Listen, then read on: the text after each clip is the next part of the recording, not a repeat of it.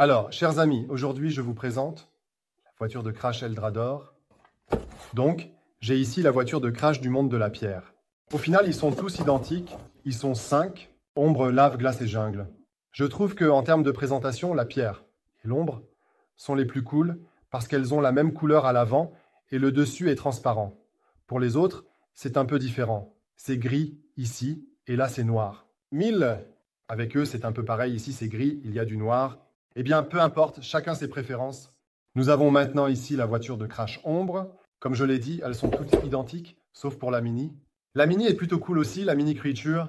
Elle a un casque ici et ressemble un peu à un hippopotame en armure ou quelque chose comme ça. Donc c'est un personnage assez amusant.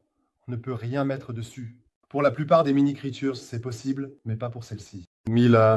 Alors, voici déjà le crash. On va faire un crash. On peut en effet le remonter. Et ensuite, on va le laisser faire son petit travail. Bam, ça s'envole, la Mini sort. Ça devrait aussi s'envoler. Et comme on peut le voir, il y a aussi de la tension après. Et maintenant, je peux même être retiré. Ici en bas, il y a le levier important qui fait aussi décoller le véhicule à l'avant. Ça doit retourner là-dedans et le levier, bam, ça tient comme ça. Ça déclenche comme si ça se crachait quelque part. Et c'est la plaque qui arrive quand ça se crache. Bam, elle s'élève un peu. J'espère que vous avez vu ça. Je vais essayer de rester sur le côté encore une fois. Ensuite, la plaque s'élève. Elle fait en sorte que les autres choses volent dans tous les sens. Le principe de base est super cool. Mais maintenant, passons au test pratique. C'est ça. En théorie, ça fonctionne merveilleusement bien. Dans la pratique, nous avons ici ces deux pièces qu'il faut assembler, mais qui ne tiennent pas vraiment. Elles sont juste posées, l'une sur l'autre. Il faut d'abord les clipser ici. Hier, il y a des supports et c'est là que ces petites choses viennent se mettre en dessous. Clac, ça fait un bruit et ça tient déjà. Et oui, tenir, c'est tout un sujet. Clac, ça fait et c'est déjà en place. Et oui, tenir, c'est tout un sujet. À l'arrière, c'est lâche, ça ne tient pas, ça se sépare vite. Si je le touche là, ça tombe déjà en morceaux. Il est lâche à l'arrière, donc il ne tient pas. Et puis, il se désagrège rapidement. Si je le touche comme ça tombe déjà en morceaux. Donc, je ne dirais pas que c'est particulièrement adapté au jeu. Mon fils n'était pas vraiment enthousiaste à ce sujet. Donc, vous pouvez ajouter cette chose au devant. Il arrive ici comme ça et devrait en fait cliquer. Mais oui, eh bien, vous insérez la figurine, puis nous retournons le tout.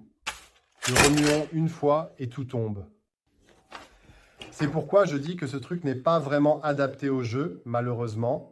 Ce qui est cool, c'est qu'il y a une canonne dessus, bien sûr, mais si ça tombe tout le temps à l'arrière pendant qu'on joue, ça n'est pas vraiment amusant. Mais ça tire plutôt bien. En fin de compte, c'est la même canonne que celle des robots, mais elle tire plutôt bien. C'est en fait le même canon que celui des robots.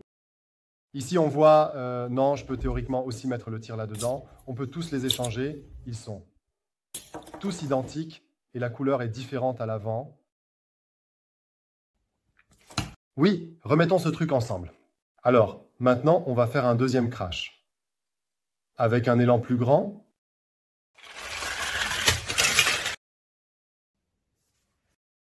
Comme vous l'avez vu, cela fonctionne plutôt bien. Mais comme je l'ai dit, c'est toujours là pour jouer et tout est facile. Je ne sais pas si on peut vraiment bien jouer avec ça. Mon fils n'était pas vraiment enthousiaste à ce sujet. Alors, ce qui est marrant, c'est qu'on peut enlever le canon ici et on peut théoriquement le mettre là. J'ai déclenché un tir, par exemple sur le scorpion, construire ou chez le dragon, là où sont les ailes. Alors, c'est plutôt drôle. Enlevons ça encore et remettons-le ici. Ce qu'on ne peut pas faire, c'est ce qu'on peut faire avec les canons de robots. C'est-à-dire qu'on peut les mettre sur d'autres figurines, donc les donner à tenir, grâce à ces tiges qui sont dans les bras. Zac. Donc, en résumé, je dirais que c'est une bonne idée, mais à cause de la, construction bancale, ce n'est pas si génial que ça. Je pense que les enfants sont plus susceptibles de jouer avec comme ceci, quelque chose comme ça, sans toute cette configuration, parce que lorsque vous jouez avec, ils s'envolent tout le temps. Cela n'a aucun sens à mon avis. Mais bon, si les enfants s'amusent, c'est le plus important. Personnellement, je recommanderais quand même plutôt d'acheter un cool robot comme ça avec cet argent. Il a une pince, il a un canon, on peut l'ouvrir ici. Il a plus de tirs de diamant qu'on peut échanger. Hier, mettez un vert au lieu d'un violet. Alors, ou acheter le lance-pierre, c'est plutôt cool aussi. Vous pouvez tirer avec la gambelle pour pas cher.